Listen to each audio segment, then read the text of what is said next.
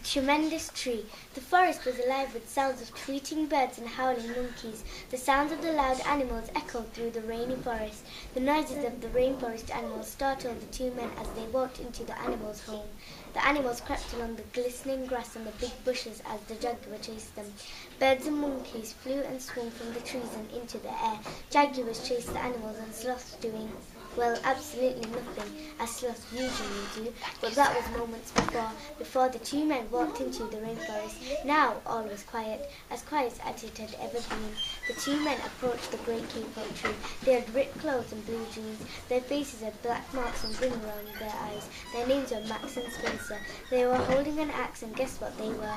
Woodcutters. They didn't care about the beauty of the rainforest, or unless I'm wrong. The animals watched as one man pointed to the great K-pop tree, then left, then came back, which was very strange. Who are those people? Asked one of the monkeys. I don't know, but I don't like the look of what they have in their hand, replied the other. He may be a woodcutter, said the first monkey. I don't know what they are doing, but I need to find out, quick.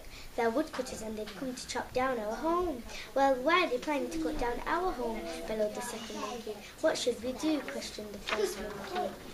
I know, let's go and tell the others, screeched the first monkey. Right, let's do that, said the first monkey. The monkeys leapt down from the tall trees where they had been enjoying their delicious dinners and decided to go and tell the others. Whilst they did that, the other animals were fast asleep in the trees, yet they had been woken up by the monkeys. The monkeys were waking up the other animals while the two men stood at the foot of the great K-pop tree. The two men stood at the great K-pop tree. It was magnificent and special to the animals because it was a tree of miracles and it had been standing there for centuries. The great K-pop tree was their home where all the ancestors had lived. Chop, chop, chop, whack, whack, whack, chop, whack. The two men started to cut down the strong, sturdy K-pop tree as the monkeys watched. The tree was very rare and had special memories between the animals and the great K-pop tree. The two animals were suffering and you could hear the tears as loud as a baby giant's cry. That's how loud it was. Whack, chop, the tree began to shake. Soon the man grew tired. Oh, why did I sign up for this? It's the hardest job I've ever tried. I know, I'll have a rest. Then the man fell to the floor with a thud. It was because of the heat and the hum of the rainforest that the man fell asleep. The tropical animals watched as the man snored and the other man left once again. What was he doing? Everyone, there's a man chopping down our home, screamed the monkey. What? How dare they? The animals roared. We have to do something, the first monkey shouted. I know, I'll strangle him until his bones are crushed and beak and sting him, yelled Snake. No, we'll persuade him to stop in his dreams, the first monkey said. Okay, shouted everyone. The animals crept along the rainforest until they reached the man who had fallen asleep whilst on the job.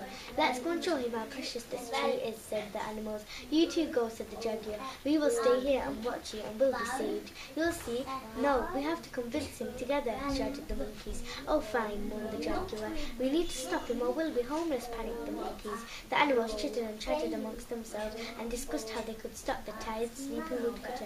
Then the animals finished their plan. Surely the woodcutter wouldn't chop down the tree if the animals had reasons as to why he shouldn't have cut down their home. When the animals had finished their group chat, they moved closer and closer to the man. They went over their plan one more time. They gathered together and explained everything once again. Each animal comes up with a reason for why the man shall not cut down our home and explains it eagerly to the man, explained the monkey. Okay, let's do it, answered the animals. The animals agreed and one by one they made their way through the thick, wet, dense jungle towards a great K-pop tree. As they did, they saw the man asleep near the damaged tree. Finally they began to whisper in the sleeping man's ear. One by one a group of animals would slither, scamper, walk, run, fly or creep and all sorts of ways to cut down this tree, but in a way of moving and would whisper in the sleeping man's ear. The boa constrictor explained that all his ancestors had lived in the tree. The bee said that the tree is where he collected pollen. The birds exclaimed that the forest would become a desert. The tree frog bellowed that the animals would be homeless, and the troop of monkeys said that trees give us oxygen. Last of all, the sloth yelled and asked what about the beauty of the rainforest. Then all was quiet. The animals waited for the man to wake up.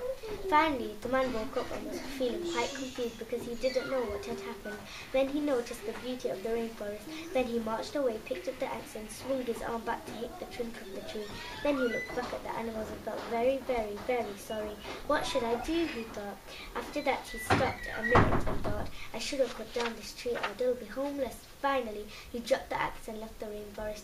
The animals felt relieved because they had saved the great kapok tree which would now be living for more centuries. The end.